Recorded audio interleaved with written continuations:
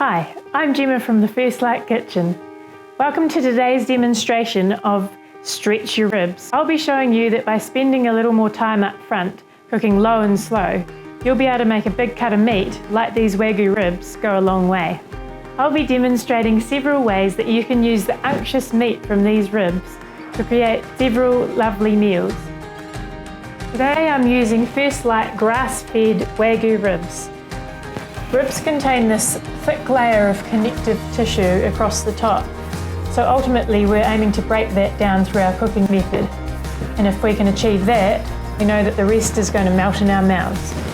One of the great things about ribs is that it's deceptively meaty. The base recipe I'm going to use today is very basic and uses ingredients that you're likely to have in your pantry. And like anything, if you don't have the ingredients available, you can make easy substitutions. So the base ingredients are here. We have sweet chili sauce, barbecue and honey, 4 tablespoons of each. Soy sauce is another one of the key ingredients. I've got half a cup here. I also have half a cup of vinegar. Because I want my ribs to have a slight Asian-y flavour, I'm going to use Asian-y ingredients such as garlic, I've got a tablespoon there, and ginger, another tablespoon. I'm using fresh ingredients. Fresh is obviously best, but if you don't have fresh and you have jarred, then jar's perfectly adequate. Here we have some chili. It's 1.5 teaspoons of chili plus 3/4 of a teaspoon of 5 spice. You could use fresh chili if you prefer, or take it out altogether if your kids aren't into that sort of thing.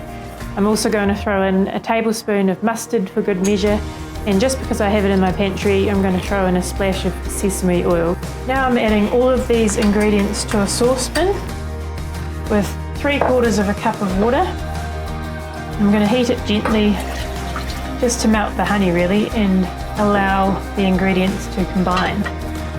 The next step is to check that you're happy with your ribs. I find that it's best to take as much fat as you can off the cap to start with. Now it's time for the marination step. So find yourself a good sized tray that's going to fit the ribs perfectly. Pop your ribs in and we'll get the marinade. Pour it all over. Now pop some foil over the top. You want it nice and snug. And the idea is that you don't want any moisture escaping. Now I'm going to put it in the fridge overnight, or for at least 2 hours. So we'll see you tomorrow. Okay, so the ribs have been in the fridge overnight, marinating, and now it's time to put them in the oven. So just check that the foil's nice and tight.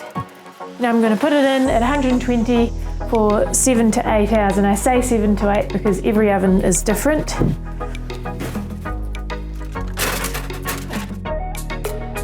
It's been 7 hours and these ribs have been making me salivate for the past 5 hours. I'm about to check them, I'm hoping they're ready. And when you take it out of the oven, be really careful because it's filled with really hot liquid.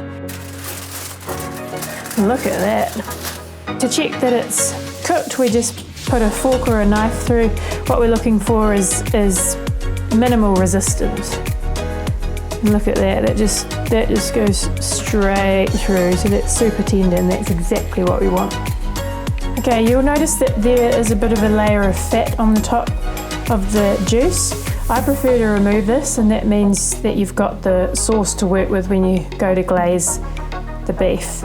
So I'm just using a large spoon to take it off. Okay, so the next step is to crank the oven up to 200 on fan bake, and then we're going to roast the ribs for 15 minutes to half an hour, basting every 15 minutes. And then what that'll do is it'll help create a nice sticky glaze on the beef.